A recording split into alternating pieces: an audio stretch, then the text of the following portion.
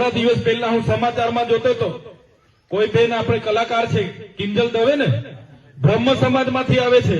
એ બેને કોઈ શાહ પરિવારમાં લગ્ન કરવાની સગાઈ કરી તો એમના બ્રહ્મ સમાજે આખા પરિવારને પોતાના સમાજમાંથી બહાર કરી દીધો.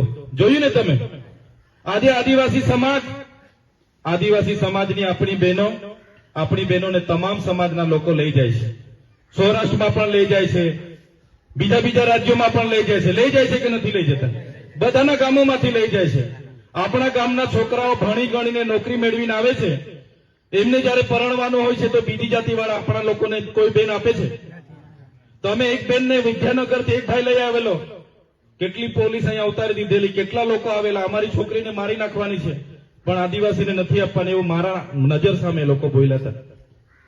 તો એક સમાનતાની ધારાની વાત થાય છે, યુસીસી ની વાત થાય છે, ને અમારા લોકો સાથે તો કોઈ રોટી બેટીનો વ્યવહાર નથી કરતું.